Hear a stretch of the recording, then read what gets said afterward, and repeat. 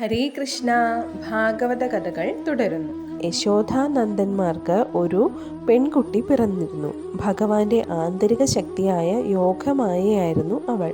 ആന്തരിക ശക്തിയായ ഈ യോഗമായയുടെ പ്രഭാവം മൂലം കംസന്റെ കൊട്ടാരത്തിലെ മുഴുവൻ അന്തേവാസികളും വിശേഷിച്ച് ദ്വാരപാലകർ ഗാഢസുഷുപ്തിയിലാണ്ടിരുന്നു.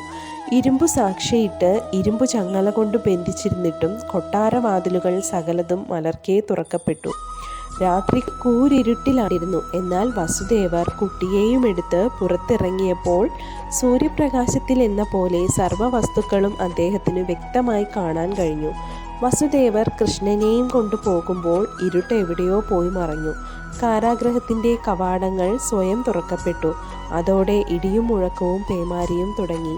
പുത്രനായ കൃഷ്ണനെയും കൊണ്ട് വസുദേവർ നടന്നു പോകുമ്പോൾ ഭഗവാൻ ശേഷൻ സർപ്പാകൃതിയിൽ വന്നു വസുദേവരുടെ തലയ്ക്കു മുകളിൽ ഫണം വിടർത്തി മഴയുടെ ശല്യത്തിൽ നിന്ന് അദ്ദേഹത്തെ രക്ഷിച്ചു.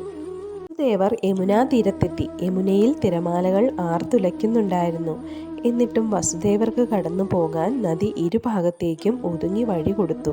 ലങ്കയിൽ കടക്കാൻ ചിറകെട്ടുമ്പോൾ ഭഗവാൻ ശ്രീരാമന് സമുദ്രം വഴി കൊടുത്തതുപോലെ ഇപ്രകാരം വസുദേവർ യമുനാ നദി കടന്നു.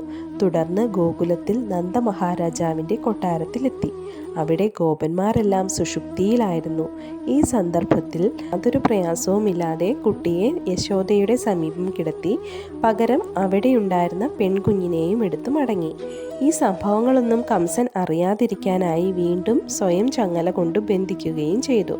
തനിക്കൊരു കുട്ടി ജനിച്ചതായി യശോദ അറിഞ്ഞു. എന്നാൽ അത്യധികമായ പ്രസവക്ലേശം മൂലം അവൾ ഗാഢനിദ്രയിലാണ്ടുപോയിരുന്നു.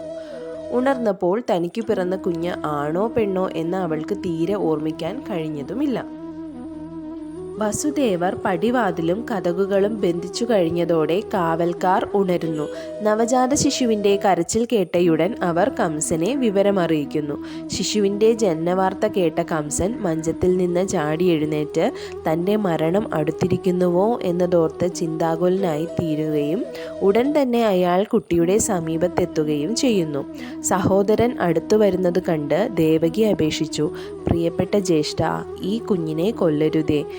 പെൺകുഞ്ഞിൽ നിന്ന് അങ്ങേക്ക് മരണമുണ്ടാകില്ലല്ലോ. എൻ്റെ 8ാമത്തെ പുത്രൻ അങ്ങയെ വധിക്കുമെന്നാണല്ലോ അശരീരി. അതിനാൽ ഇവളെ കൊല്ലരുതേ ജ്യേഷ്ഠ. എൻ്റെ എത്രയോ കുഞ്ഞുങ്ങളെ അങ്ങ് കൊന്നുകളഞ്ഞിരിക്കുന്നു.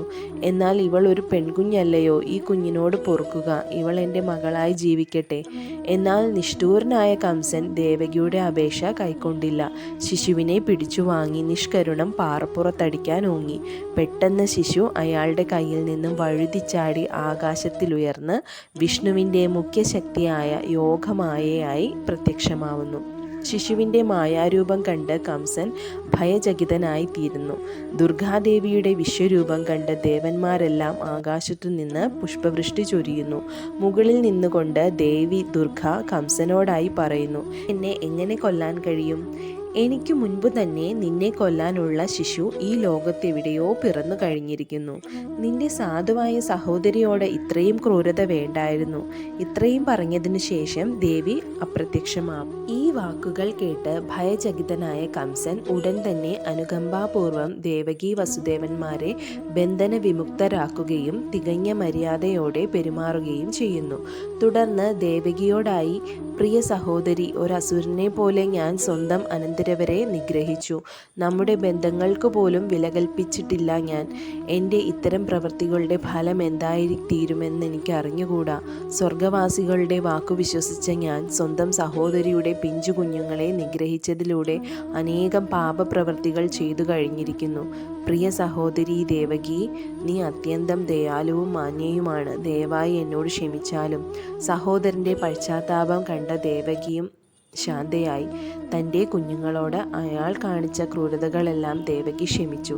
ദേവകിയുടെയും വസുദേവരുടെയും അനുവാദത്തോടെ അയാൾ ഭാരമൊഴിഞ്ഞ മനസ്സോടെ സ്വഗൃഹത്തിലേക്ക് മടങ്ങി. എന്നാൽ പിറ്റേന്നു കംസൻ തൻ്റെ ഉപദേഷ്ടാക്കളെ മുഴുവൻ വിളിപ്പിച്ചു തലേന്നു രാത്രിയിലെ സംഭവങ്ങൾ അറിയിക്കുന്നു. കംസന്റെ ഉപദേഷ്ടാക്കളും കൂട്ടുകെട്ടുകളും അങ്ങേയറ്റം ആസുരികന്മാരായിട്ടുള്ളവരായിരുന്നു. അതുകൊണ്ട് തന്നെ ദേവവിരോധികളായിരുന്ന അവർ അങ്ങയുടെ അന്തകൻ ലോകത്തിൻ്റെ ഏതോ ഒരു കോണിൽ അവതരിച്ചിട്ടുണ്ടല്ലോ, അതിനാൽ ഇപ്പോൾ തന്നെ രാജ്യത്തെമ്പാടുമുള്ള നഗരങ്ങളിലും ഗ്രാമങ്ങളിലും കഴിഞ്ഞ 10 ദിവസത്തിനുള്ളിൽ ജനിച്ച എല്ലാ ശിശുക്കളെയും കൊല്ലാൻ വേണ്ട ഏർപ്പാടുകൾ ഉടൻ തന്നെ ചെയ്യേണ്ടതാണെന്ന് അറിയിക്കുന്നു. ഇങ്ങനെ കംസൻ തൻ്റെ ആസുരന്മാരായ മന്ത്രിമാരുടെ ഉപദേശത്തിനു വഴങ്ങി രാജ്യത്തെമ്പാടുമുള്ള ശിശുക്കളെ നിഷ്കരുണം കൊന്നെടുക്കുന്നതിന് ആജ്ഞ നൽകി സ്വഗൃഹത്തിലേക്ക് മടങ്ങുന്നു. കഥ തുടരും. ഹരേ കൃഷ്ണ. രാധേ രാധേ.